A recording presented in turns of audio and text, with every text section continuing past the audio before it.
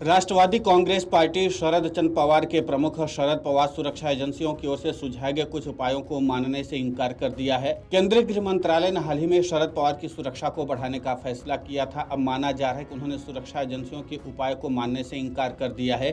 PTI की एक report के मुताबिक केंद्रीय एजेंसियों द्वारा की गई सुरक्षा समीक्षा के बाद पवार को केंद्रीय रिजर्व पुलिस बल की Z+ सुरक्षा दी गई थी। माना जा रहा है कि पवार ने यह कहा है कि उन्हें यह नहीं बताया गया कि उनकी सुरक्षा क्यों बढ़ाई जा रही है।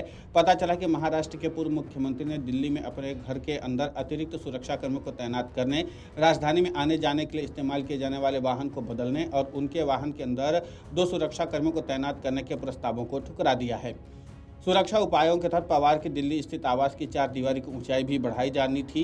शरद पवार ने शुक्रवार को एक बैठक में सुरक्षा एजेंसियों के प्रतिनिधियों को अपने सुझाव दिए। बैठक में दिल्ली फायर सर्विस सेवा, केंद्रीय लोक निर्माण विभाग, नई दिल्ली नगर पालिका परिषद और केंद्रीय गृह मंत्रालय के प्रतिनिधि भी बैठक में शामिल हुए। सूत्रों ने बताया कि मूल्यांकन में शरद पवार की सुरक्षा को मजबूत किए जाने की सिफारिश के बाद केंद्रीय गृह मंत्रालय ने सीआरपीएफ से उन्हें Z+ सुरक्षा प्रदान करने को कहा। इस कार्य के लिए सीआरपीएफ के 55 सशस्त्र जवानों को नियुक्त किया गया है। वहीं शरद पवार ने केंद्र सरकार पर उनकी जासूसी करने का आरोप लगाया। उन्होंने कहा कि महाराष्ट्र में विधानसभा चुनाव के डेट आने वाले हैं।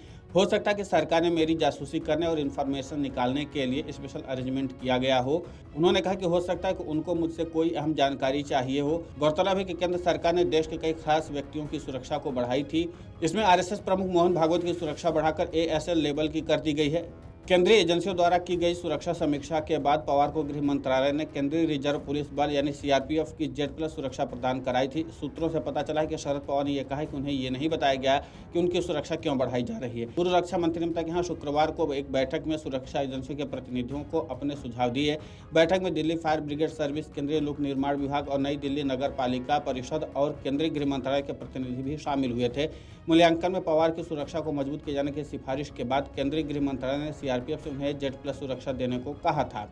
हालांकि शरद पवार का यह निर्णय न केवल उनके समर्थकों के बीच चर्चा का विषय बन गया, बल्कि विपक्षी दलों के लिए भी एक नई बहस का मुद्दा हो सकता है।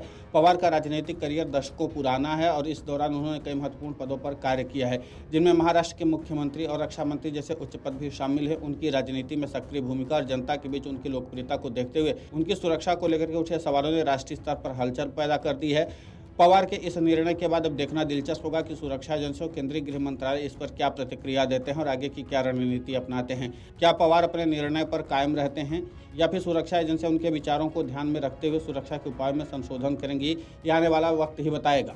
वीडियो डेस्क कमरुजारा.com। अगर आप ये वीडियो YouTube पर देख रहे हैं तो हमारे चैनल को सब्सक्राइब करें और बेल आइकन को दबाना ना भूलें। अगर आप Facebook पर ये वीडियो देख रहे हैं तो हमारे पेज को लाइक करें।